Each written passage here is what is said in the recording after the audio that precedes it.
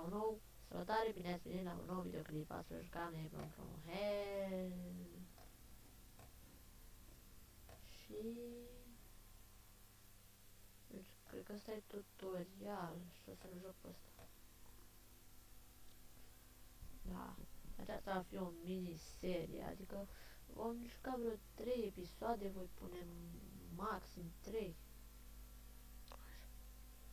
Așa, nu știu, dar fac așa că e jocul și foarte vechi și nu pot să fac mult la un asemenea joc.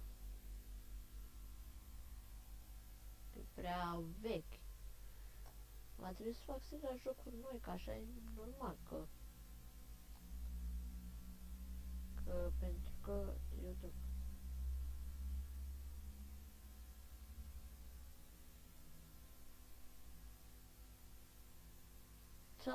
Și nu pot să merg și mă prinde. S-a speriat. Hai.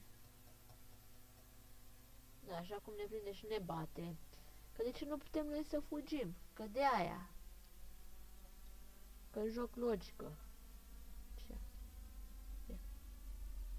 Așa. Șansa noastră, șansa noastră. Hai, mai repede. Aoleu, până vine ăsta, hai. Hai, acoperă.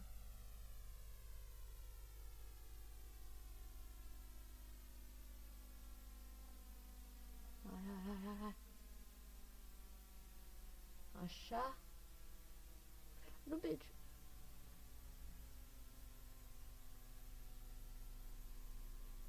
Hai că avem timp destul.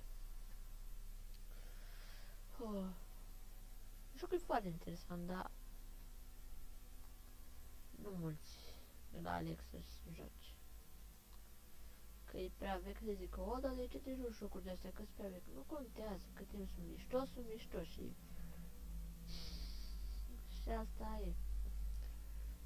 Cum faci? Cum s-a teleportat? Da.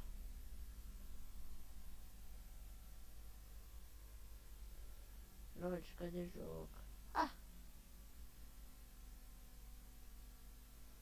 Și acum pot să bag la cra.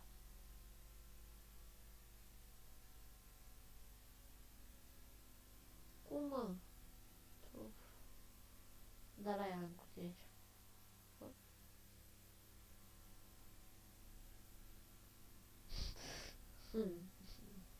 Tot timpul cade.